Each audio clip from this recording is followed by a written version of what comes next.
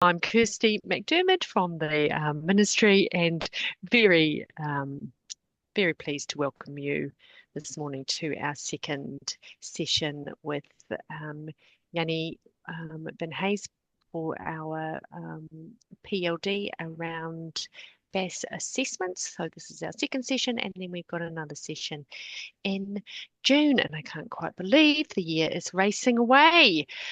So I'm just going to open us with a karakia this morning to ground us and on a Monday morning and to set the tone for our session, and then we will rock on. So ka hikatia, ka hikatia, hiki hikatia, whakarewa ki runga rawa, here kia kohe e hoki whakamuri mai, pua atu te tupu manawa Māori, e mana tikanga, me te uri o maia. Papoia ngā mokopuna, ngā rangatira mo āpopo. Ka tihe, tihe mauri ora.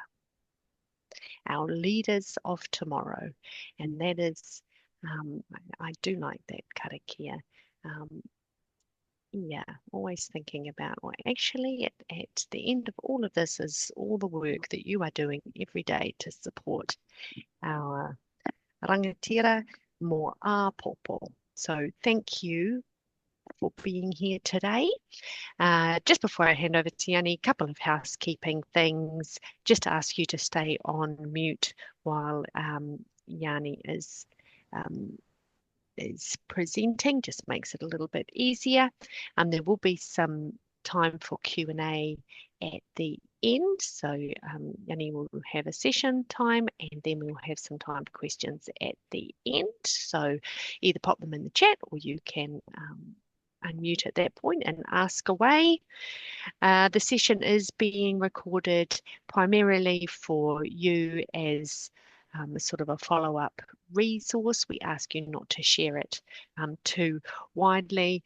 And as Yanni said, the recording from the last session, we'll leave it up for another week, and then that one will be taken down, and this one will be available to you until the next PLD session.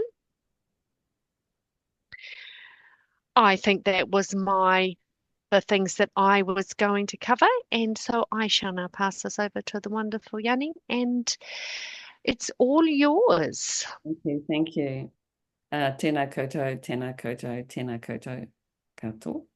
Goeiemorgen, iedereen. Today is my birthday. So I'm here with you celebrating my birthday. So that what nicer could that be? And I woke early this morning to a call from the Netherlands. So even people in my own country of birth were thinking of me. So that's lovely. On my birthday, always thank mum and dad, but especially my mum, who gave birth to me in my grandmother's house. So just my little narrative there. Just as far as sharing our recording, it is us and anyone who, for a valid reason, can't attend, that we have this recording and it's to be distributed further. That's all right. Okay, so I'm going to hopefully be able to get up the slide deck that I'm going to work from today. And I need to just make sure that I think that the gods surely must be in my favor today, technically. And I have somehow or another ended up with you people. Oh, down the bottom. Do I want you down the bottom? Anyway, all right. So let's get started. And I have to say again, God bless me and God bless us as I go through this session with you. I think, can you hear me, by the way? Yeah. Okay, good. I think you realised that this session was going to be focused on stage 1. And those of you who can recall the training that I did with you, I often said and maintain to this day that it's the most important part of a bilingual assessment in my view. And I'm going to track you through that. I've got quite a few little video clips to show you, and I'm not going to be mean on those. I'm going to sort of I've got little excerpts for you to view in order to just reinforce that notion or that reality that stage one is super important, probably the most important stage of what a bilingual assessment does and finally reports on. So I just want to remind you who's in the room when you're. Where's your induction? Someone's got a mic on. Who's in the room? Yeah, just check. Could you all mute? Please mute. So prime caregiver, and that might be one. On the occasion, it can be two, and the student, and the bilingual resource or support person, and the bilingual assessor. And I've just got a little descriptor there of why they're co-contributors here. Obviously, the student's prime caregiver knows the child or the student, rangatahi, really well. Of course, you must get a perspective on the student from the student.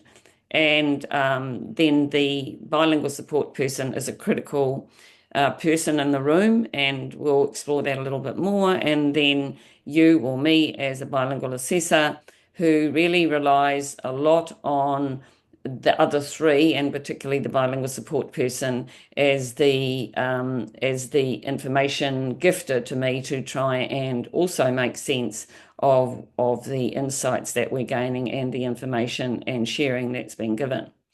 So it can be that it's both in the room, both the prime giver and the student, and they're not, in separate little conversational sessions.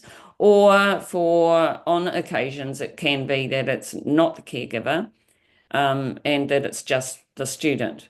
This is unusual, but it has occurred in my work.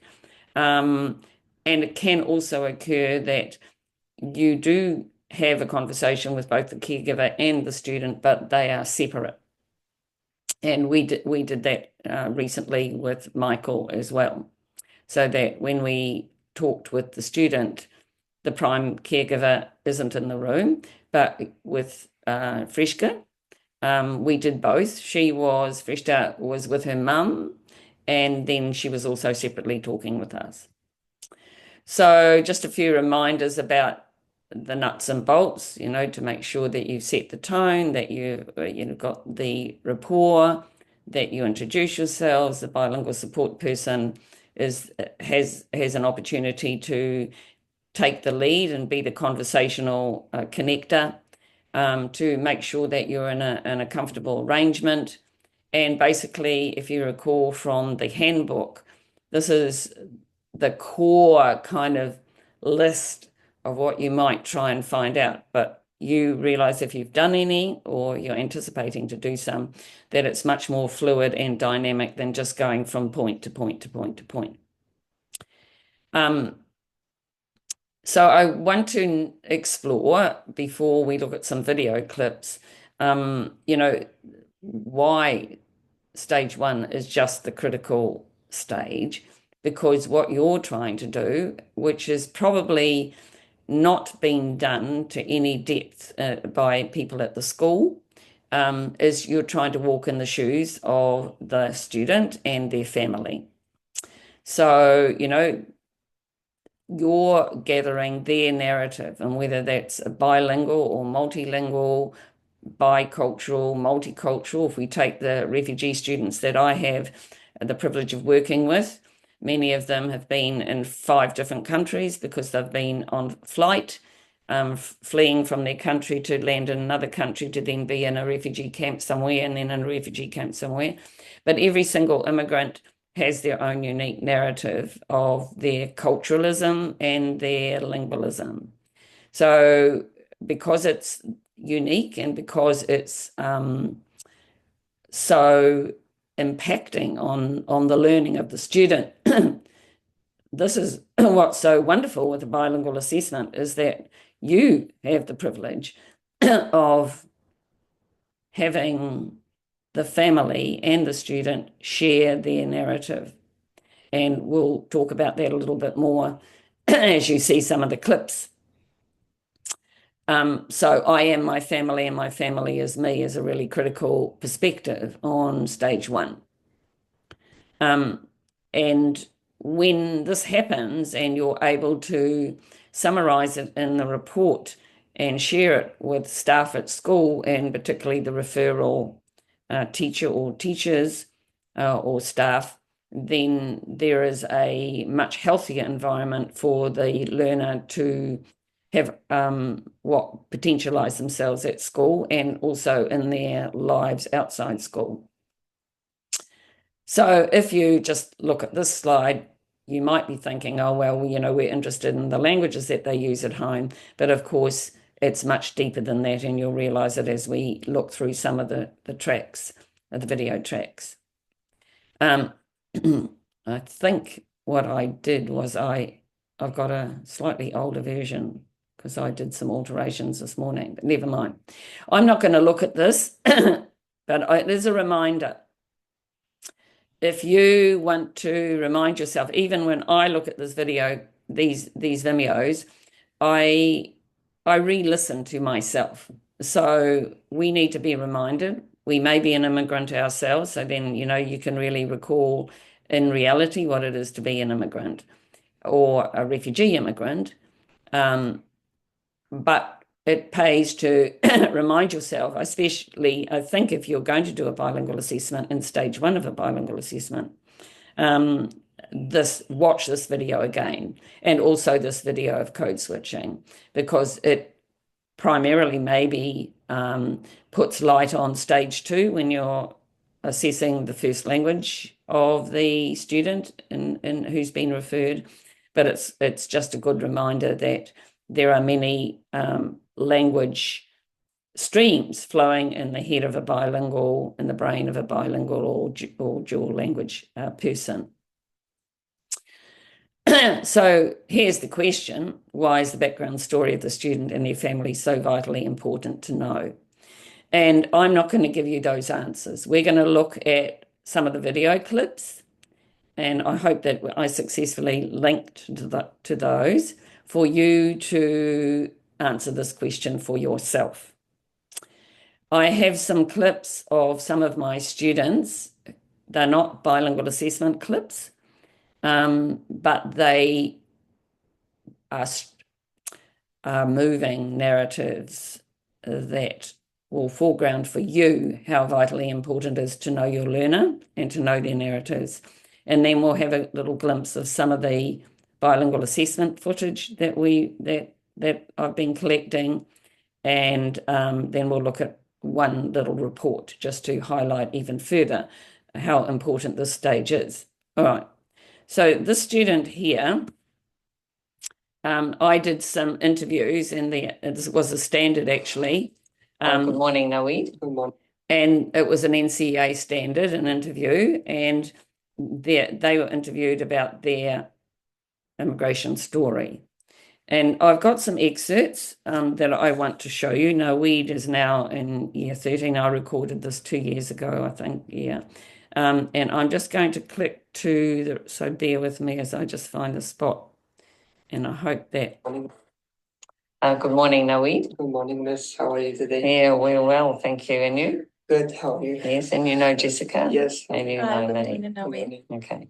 So it's our privilege to be able to have a little interview with you about your immigration story. Sure. So we will take turns to ask you some questions, and I know that you will tell us quite a lot of detail. So just at the basic level, you know, just for the basic information, about your immigration story. Can you tell us when you left and why and where you left from? Well, I don't exactly remember the date that we left our country. The reason we left our country was Taliban, because we were in danger of being killed. Because my father worked with New Zealand Army about 9 years. So we were in threat to leave the country. And we left our country after 5 months first we came to Pakistan, and then we had a flight to New Zealand. So what was it about the Taliban that made you so fearful? Taliban announced everyone who worked with foreign countries, with United States alliance, so we would kill them because they work against us. Yeah. And they threatened with being killed. Yes. Wow. So how did your family react to that?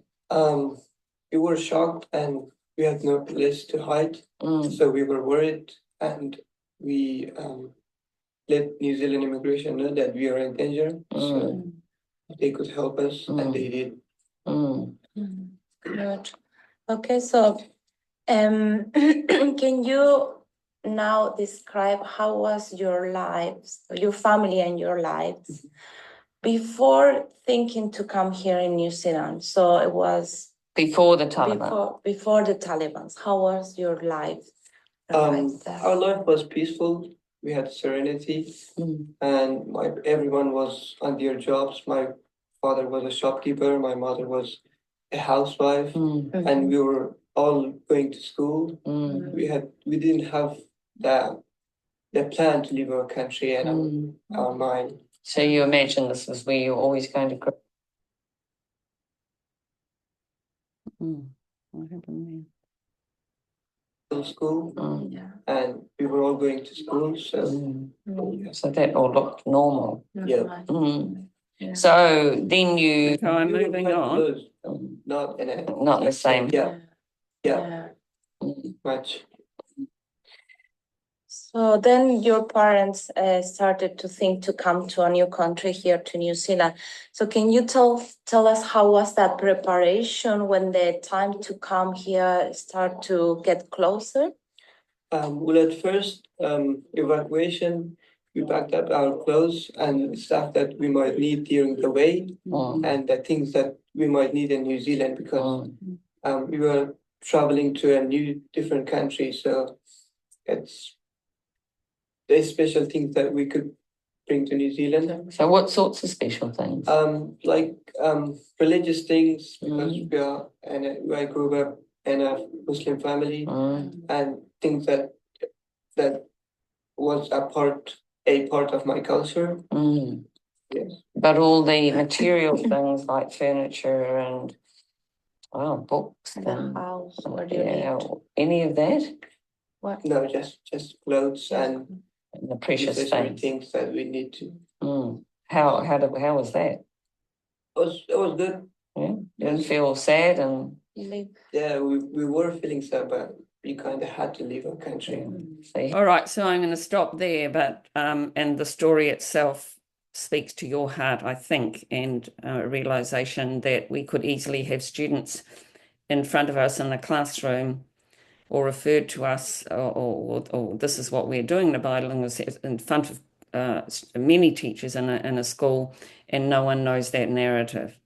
No one knows what every day has happened to this particular student, and they teach the subject.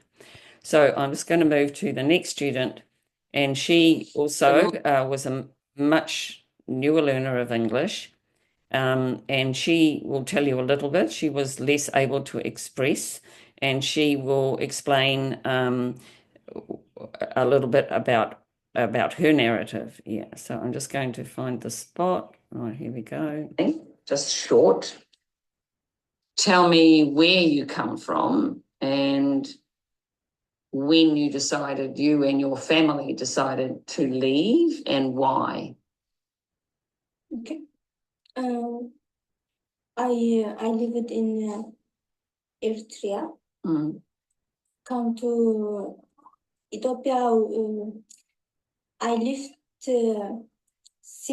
19 September 2018. 2018. That was you and your family. Yeah, from Ethiopia. Come to Ethiopia.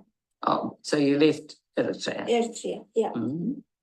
And why did you leave? Because medical reasons. Okay, tell me. I don't know, in Eritrea, sick, Mm. me. You were sick. Yeah, I operation here. Yes. Yeah, because come to New Zealand. Mm. Yeah. So why did your family leave? Because you were sick. Yeah, because me little small. I don't come to like this. Me and mom because me very small. Yeah. Mm. Yeah, you weren't growing. Yeah.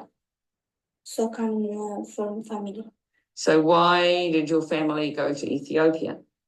Because Ethiopia in Eritrea no immigration. Like in Ethiopia camp in Eritrea. You were in a camp. Yeah.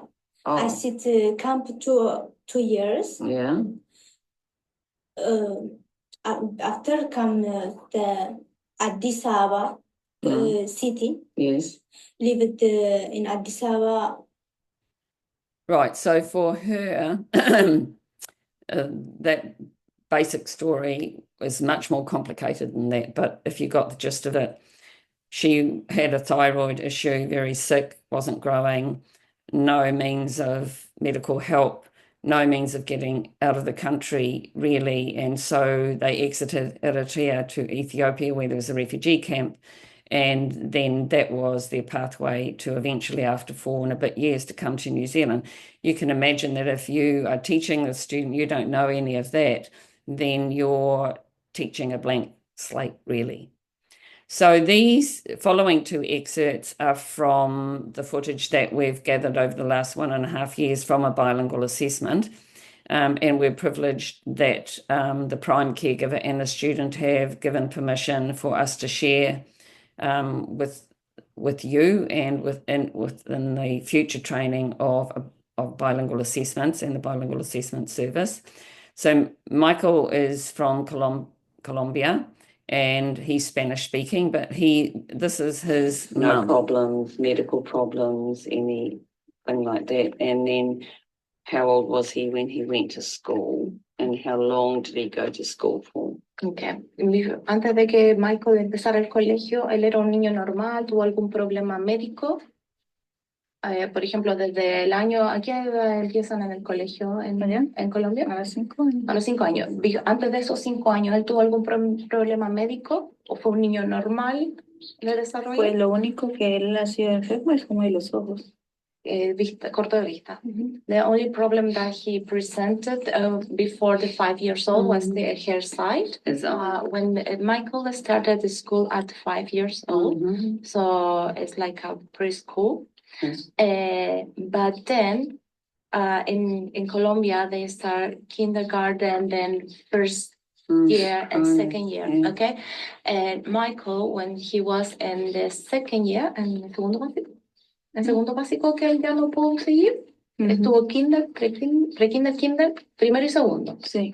And the second year of the school, Michael couldn't continue because the teachers at the school, they noticed that Michael didn't learn very well, so they didn't let him pass to the next grade. Okay. But mom said that she thinks that it's because her fault, because she wasn't taking care very well of Michael. He didn't pay attention about Michael's because she was working full time. Porque tú estabas trabajando tiempo completo.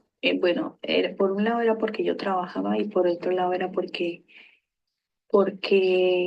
yo tenía problemas con el marido del de ahora. El marido de ahora. Okay, one it's because one of the reasons is because she was working, but another reason is because she was having trouble with his actual partner. A lot of stress. Entonces tenía mucho estrés. Yeah. So, was it his sister? Was it your sister that mainly was caring for Michael, or were you sharing that? ¿Fue mayormente tu hermana la que tomó el cuidado de Michael o compartían entre las dos el cuidado de Michael? Sí, las dos estamos pendientes de él, pero ella era la que más estaba pendiente porque yo trabajaba todo el día, es decir, trabajaba de 7 a 6 de la tarde. Okay. How old was he when he went to school? Oh, all right. And how ¿Le desarrolló? Fue lo único. At 5 years Oh, old. sorry. Estuvo Jump. kinder, pre-kinder, kinder, from 7 a.m. until 6 p.m. every day. Yeah. But then stopping school, how did you manage? How did Michael manage? What happened when he wasn't going to school anymore? How old was he anyway? ¿Cuántos años tenía él cuando dejó de ir al colegio? Cuando dejó de ir al colegio tenía, a ver, porque él iba a los 5, 6, 7, 8, como a los 9 años. 9 years old. 9 He years old. stopped school. Yeah. Y So I'm going to stop there, but one of the things that was part of Michael's referral was that he was had a unacceptable behaviour at school. And, when you know this background, and there's much more to be told, you will realise and have kind of an understanding of why the adjustment to schooling, back to schooling, was so critically challenging for Michael. After all, his last schooling before coming to New Zealand was when he was 9. Now, no one in the school knew that. So again, to know that just is so impactful on how you view and how you provide for someone like Michael.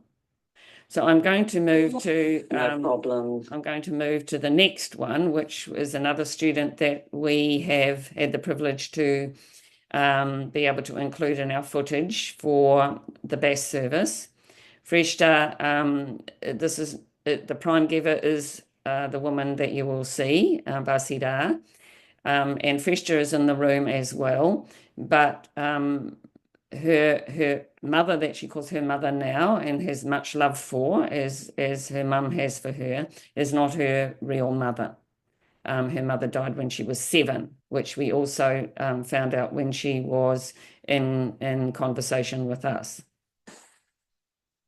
Was there assessment, or was there more exploration of the learning difficulties? Did anyone say it was this or that, or what it was looking like? وقتی که شما متوجه شدین که فرشته یک سری دچار یک سری مشکلاتی در یادگیری هست، دنبال راه حل رفتین و اینکه مثلا ببینید کسی what the problem might be. However, the doctors that they had seen told them that the problem is bigger and the solution is not necessarily in Afghanistan, and if they want to look into it, a lot of economic they would need a lot of money to work. So nothing was really diagnosed? No diagnosed. Was diagnosed, and that was my clarification question to ask if there was any name to the issue. And she again shared that also suffers from If she would feel comfortable, can she explain a little bit more about the dad? اگر احساس راحتی میکنین میشه که در مورد پدرشون گپ بزنید که مثلا یک مشکل پدرش خدمت شما عرض کنم استاد، پدرش هم مشکل از گوش داره، از زبان داره، مشکل دکترها که بردیم و دیگه دکترم چی نکرد، اصلا مادر است. گپ زدن نمیتونه، شیندن نمیتونه. اما فرشته جانم که گوش چپ خودش هم مشکل داره، زود گپ گرفتن نمیتونه، زود درس هر چی که باشه شنیدن نمیتونه. دیگه وضع اقتصادی ما ضعیف بود، ما در کدام دکتری بالای مراجعه کرده نتونستیم. اما چیزایی چی که مراجعه کردیم جو به اقتصاد خودن دیگه از کدام چیز ساختن نکردن. Yes, so regarding the dad, he had some ear problems and some speaking problem as well. He can't really talk and he can't really hear. And when they looked into the problem in Afghanistan, they say that he was born with it and they couldn't do much about it. And Farshta also has her left ear has problems, so she can't hear well. That's really important to know. That's very important. All right, so until this point, we did not know that about Freshta. We did not know about that meaning. Obviously, we didn't know their narrative. And so you can imagine, in a way, how taken aback I was at that point to know that all those weeks that Freshta's been in the classroom, while we knew there was something cognitively challenging for her and linguistically challenging for her, we did not know that, in fact, in one ear she can't hear, and the other ear she has partial hearing. So again, just to reinforce how absolutely critical stage 1 is, that you will be privileged and informed about information that is really impactful that no one knows. And yet we teach those kids every day. So I'm going to now move to an interview that we've just recorded, and it's Jessica, who's for the first time, a bilingual support person. And why I'm sharing this is because I think you will find it important to listen to her, because stage 1, as I pointed to you earlier, is a triangulation of people, but the critical person is the bilingual support person, and being able to make the stage 1 something that is comfortable and revealing. So let's have a look at that. I'm just going to move along to where I want us to look. What you found were the challenges? Comfortable and a challenge also to being a bilingual support person important. Well, I think from my perspective, my role in this case was crucial, because I was the bridge between the student native language and the English, the bridge between the family and you, and support also being important and be there for the student, supporting him, making him feel relaxed, comfortable with the interview, and encourage him also to succeed in the assessment. I agree that you are critical. Without you, there would be no successful bilingual assessment, or without a wonderful bilingual support person. So that's right. So can you be the advisor? There's a person who's been asked to be a bilingual support person, never done it before. What would your top tips be? Well, be professional and empathetic, even though you have a connection with the family, because you need to hear what is happening in their life. You need to be professional. And empathetic at the same time. So you need to keep a balance and that. And also use correctly your body language and during the interview and during the whole process. That's very important, isn't it? Your body language makes a huge difference. Exactly, yes. Write everything. So try to make a lot of notes about what they are saying, their feelings, what they transmit to you. And maybe I'll also read a little bit their body language, because that tells you a lot about what they are feeling. Yes, and provide the support that they need, emotional support that they need. That also make a huge difference when you are doing it. And provide the support the bilingual assessor needs. Yes, exactly. Because I rely exactly on you. All the notes that you take, you need to share with you in this case. Share everything. So. All right, so I think this is pretty invaluable footage, isn't it, of a first-time bilingual support person, and she's articulating more, because the clip is actually longer than that, how the challenges and the way of working, I guess, as a bilingual support person. And this has got everything to do with stage 1. It's got everything to do with stage 2 and stage 3, of course. But particularly, I think she mentions, the empathy and the emotional connection that she needs to have with the family or with the student. So this little clip here, I'm going to take you to a document. And Kevin, you've never seen any footage of Kevin, but Kevin was a bilingual assessment case, and I used to use it in the training, but I don't anymore because the filming was really amateur. But I want to take you to his report, because here's this little 6-year-old, and I'm firstly going to show you the referral information. Hopefully, can you see this? Can you see that? Can you see the document? I'll just try and make it bigger, but I'll probably read it. So 6 years, and at this time that we recorded him, he had been in and out. I'll show you. But anyway, this is the referral information. Kevin has a low level of social and academic engagement within the classroom and the playground. He's struggling to find the classroom and playground routines at a very basic level to follow them. He doesn't play with other students, and he's got no interest to play with other students at home. He will do some minimal tasks, and then on the RTLB's report, the Bracken assessment is reported on, and he's reported as very delayed. The RTLB observed him, and he was disengaged. He sat in the front and was fidgeting, moving from kneeling and staring. The only time he seemed to focus was when the teacher was drawing. And actually there was more on that, where he shows that he pulled faces, etc., etc.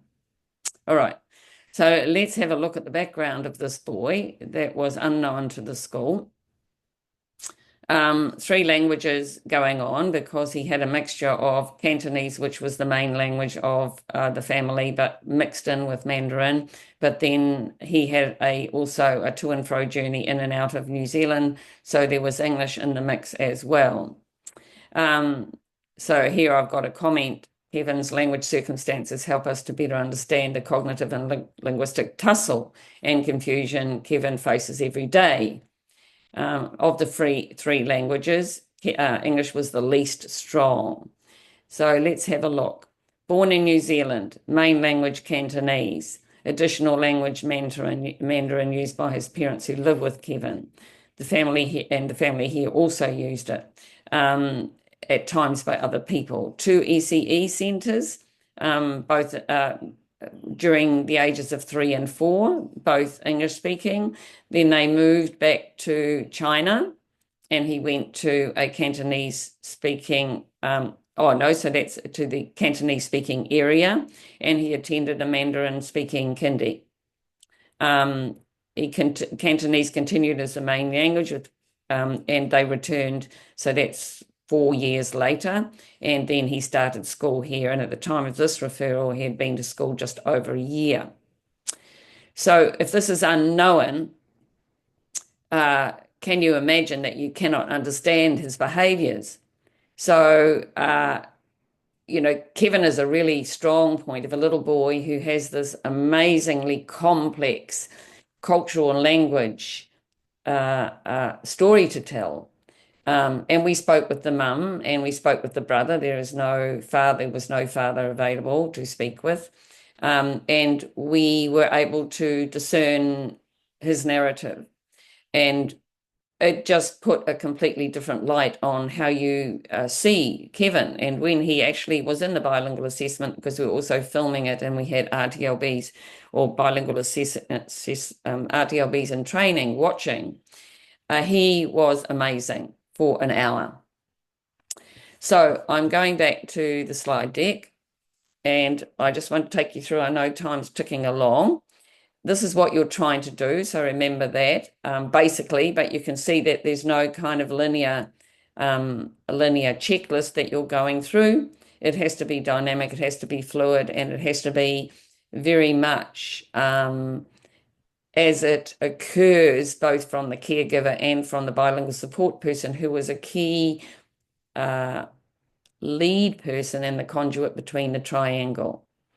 You won't have seen this, but when you're writing up the report, what do you share and what don't you share?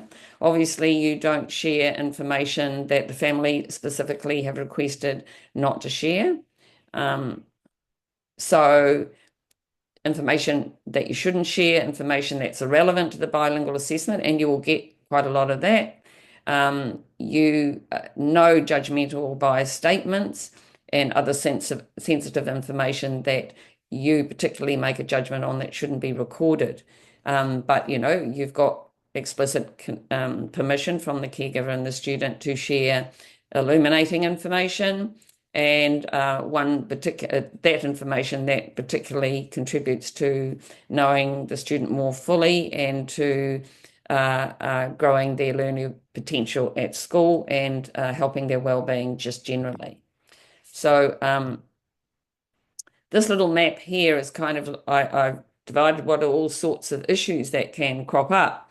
So there are a myriad of possible insights and issues arising, which could be physical, as you saw with Freshta, emotional, and for both those students that you watched. And I'm thinking for Kevin as well, for almost all students, there's some kind of, minor trauma in the whole adjusting to a new life. There are all the social, it can be, from feeling isolated like Kevin was, to internal family relationships. They're educational, they could have exaggerated. So in the case of Freshta, further exploration we haven't really done because we've honed the program and adjusted the way that we cater for her and her hearing loss differently now that we know. And then, we know that for someone like Freshta, uptake is often apparent, and then there's loss, and so all of those things could be occurring. So they might be useful headings for you to think about when you're analysing stage 1 insights and information. And what I've got here, again, this is new work that I've just done. What might be some of the referral recommendations you make? Now, I know that you haven't got time, and I haven't got time because it's already 1:15 to share all of this. While I've got that I don't know if I can get rid of it. I can. So on the video itself, you can stop and have a much longer look at this, which is really from, if I go back here, if I go back here, those big areas that you might be thinking about what has arisen or what has occurred by hearing and the narrative and engaging in conversation with the caregiver and the student. And then the next one is designed to give you some examples of what could be your referral comments, your recommendations into the report. So just a reminder about these, but again, I'm not going to really linger now, but you can stop when you're watching the footage and have a bit of a longer look at this, and all the pointers that optimize stage 1, stage 2, and stage 3, but particularly stage 1. And that is all. So I've sort of done the last little bit in a hurry, but I went through, I'll go back here so that when you can stop it, you're not having like 2 seconds to look at it. So you can stop the video at different points if you want to read that more. And now I'm going to stop sharing and give you at least 12 minutes to for any questions or comments you want to make. Whew. There we are, folks.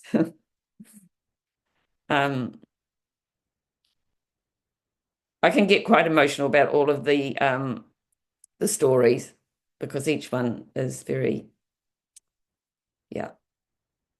heartbreaking in many ways. all the more why I love them. I love the students and their caregivers and their families, and all the more why I just think, how can people survive some of the things that they do? Right, Q&A. I'm going to hand back over to you, Kirsty. You can be the conductor here. I can indeed. Either pop your hand up or just unmute yourself. And has anybody got a question or a clarification or a wondering?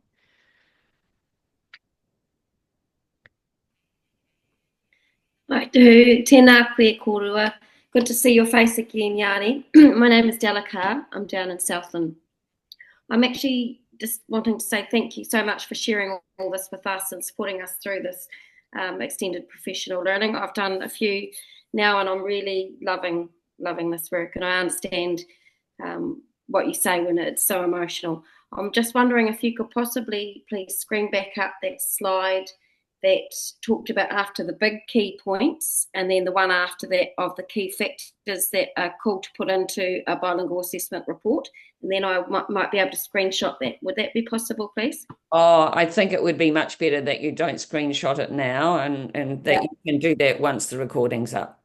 Okay, thank you very much. People, if you do screenshot, remember this is not even at publication stage. Okay. This is work that I'm doing for the ministry right now. So it's, you know, I know it will be useful right now if you've got a bilingual assessment, because this is not anything you've seen before. So the work that I'm doing now is writing a resource about the report, writing the report, and there'll be a whole lot of new bits and pieces in there that you, I'm sure, will end up being able to access. Della, I would suggest that you go back to the footage when you get it.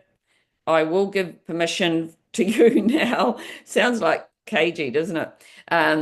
To take a screenshot of both the, you know, the big component parts that could help you try and sift through the information that you gather through the stage 1 conversations and interviews, and then that next slide, which gave some examples of what recommendations you might give.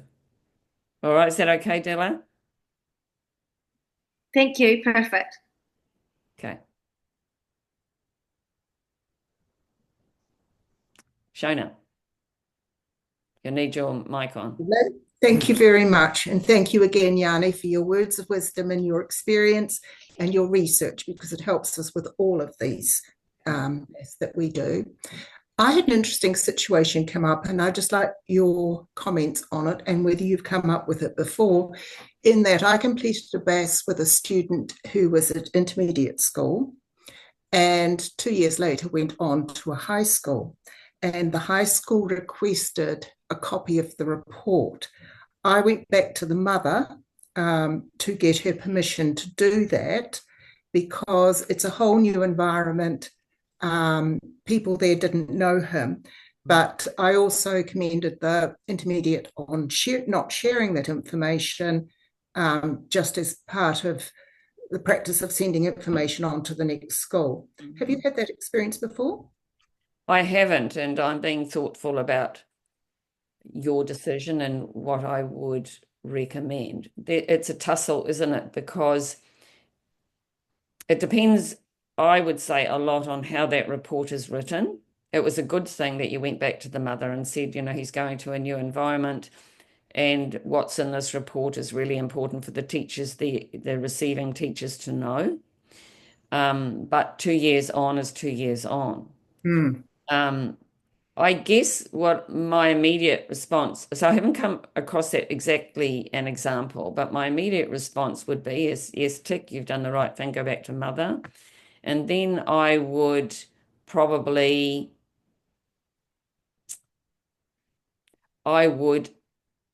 be maybe a little bit selective, and I might select some excerpts out of that report that you think are possibly ones that are still, I would probably go back to the intermediate school and talk to his teachers that have been with him for 2 years, or whoever that prime person or prime teachers are, and say what's changed and what hasn't.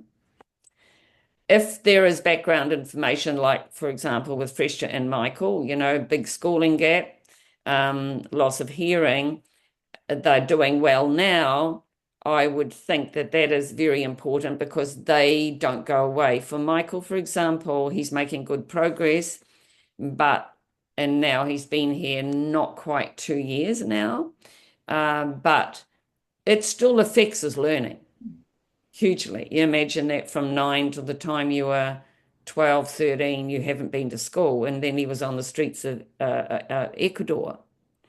So that's important information when we have high expectation learning. He's moving towards, he's going to do year 9 and 10, and now he's in year 11, that teachers are aware of that schooling gap. We know that it's really hard to close the schooling gap, as well as that he's got an English language gap. But so I think, I'm thinking on the spot now, but I think you did the right thing. Go to mum, go back to this intermediate school and say what's changed. You might want to do a supplementary comment on that, but pick some excerpts out of that you think pertain to his ongoing education, his ongoing well-being, that are influential factors. That's what I would probably do. He didn't have any physical issues as such, but he certainly had high trauma, and the relationship, he was conceived in very traumatic circumstances, and so there was a huge emotional gap between mum and him, and there was only the two of them. And so it was talking to mum about that and saying, can I talk to the high school about that? And she was happy with that. And what we did was had mum there, even though she didn't speak English, and we did a Google Translate situation just for them to know the bare bones of, to try and support mum and her son to a better relationship while he was, because he had a huge gap and just basically roaming the streets too.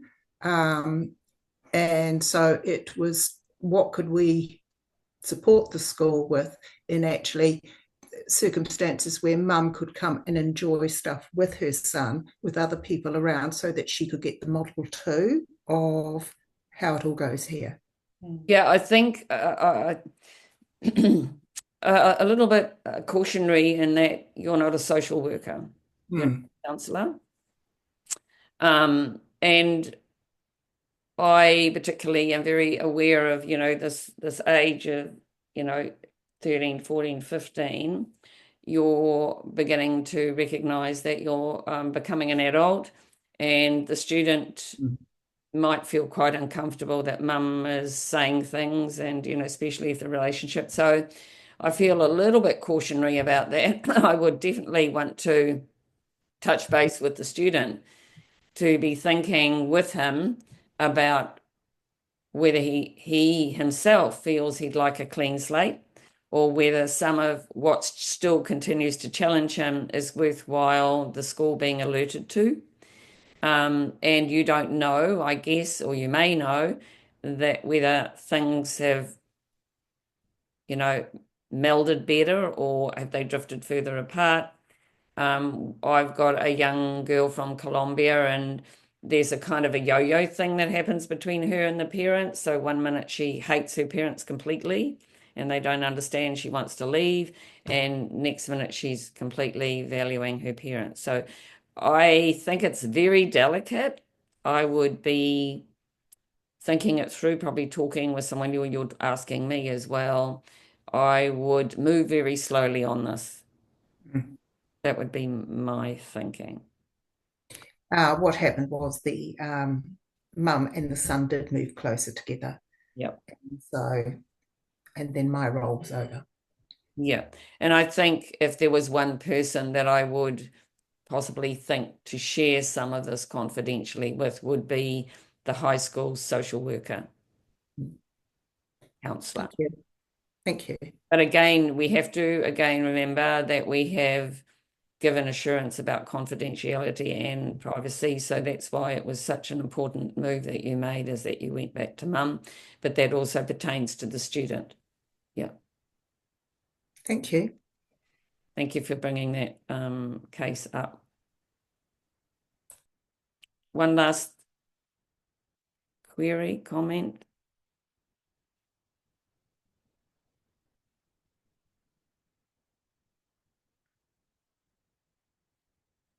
I hope that it's been powerful for you.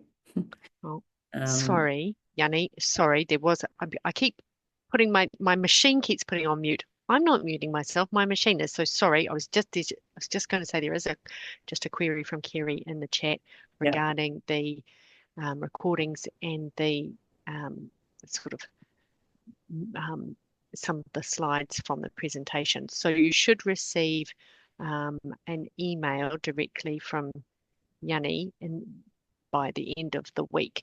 So if you haven't heard from her, Kerry, then and Gretchen, that goes for you too. So from the first one, then you can email me and we will make sure that you get a copy of that. So right, can I just give would you? that be fair? Would that be fair, Yanni? By if they haven't heard by week, Friday? Pushing it because how's your week? Oh, but okay, pushing it by next week. I've By got the it end of now, next week. you know, edit out a little bit, prepare a few bits and pieces before I upload it onto YouTube, and then send you the link. So by the end of the weekend, End of the week. I've got a lot. By this time next week-ish, Yeah, if you haven't heard, reach out and we'll follow up. I'll endeavour to do it with speed, but or we I've got to are survive. mindful. You've got I'm on to the new many page. things going on. You don't want me to sort of blip out, tear the page out. You know, she's gone. Be gentle on me. Be gentle on me. All good. Are there any other questions? And if you do have, Yanni, it's also, if there is a question that you thought, oh gosh, I would have quite liked to ask about that. Yanni is also happy to do a little bit of follow-up. If you have a question you would like to ask directly, you can always send her an email. And Kirsty and I don't mind lingering for another 10 minutes after yes. everyone else leaves. Also, I would ask you, because, here I am presenting, if you can put a comment in the chat as to how you found this session. That would be good for me and for Kirsty. There are lots of great comments already, Yanni, in the chat too. Thanking you for, no, you haven't had a chance to look, but along those lines of really useful presentation and highlighting that importance of stage one, which obviously talks to our ESOL, our first ESOL principle, which is know your learner, which it all comes back to when we know who the learner is in front of us, and we know their story. I think we can shape their learning. Sorry, I'm being rude, interrupting, but I meant to say to you, and you just triggered it, Kirsty, is that I think we're all got this, this recurring theme, haven't we? Know your learner, and I think that we're still doing it so badly. I really do. And that might be a really negative thing to say about all our wonderful schools and our teachers, and we understand why. But every day I just think, a teacher said to me, and she's a teacher of biology, and we've had a really traumatic happening with one of our refugee families where the father was fell in the waterfall in Hamilton over the Easter weekend. And I was telling her, because she came to the home with me, I was telling her a little bit of the background. She said, oh, I don't even want to know. She said, I can't cope with knowing. I don't know how you do it because you know so much about your students. I can't cope in knowing. And I had to think about that. I can't remember what I said back to her, but it would have been something gentle, I hope, that said, but if you don't know, and there was this particular student, her background, you're only teaching our body, you're teaching her, but you're not teaching the person. So it's interesting, isn't it? So, you know, the privilege that we have, and then the big mahi as RTLBs would be, you know, tell schools, work with schools that can we do better in learning the narratives of all our students and their families. It's a big ask. It's a big ask. Yeah. All right. Thank you, everyone. Okay, we are going to close here, and I will just close us with a karakia, but we will be, Yanni and I are here for 10 minutes if you would like to stay and ask a question. Otherwise, we hope to see you all next month for our third session. So, manawa mai te mauri nuku, manawa mai te mauri rangi, ko te mauri kaio, te mauri tipoa, ka pakaru mai te pau, taunu mai te mauri. Homi e, hui e, taiki e. Have a fantastic week and go well. God bless everyone. Thank you.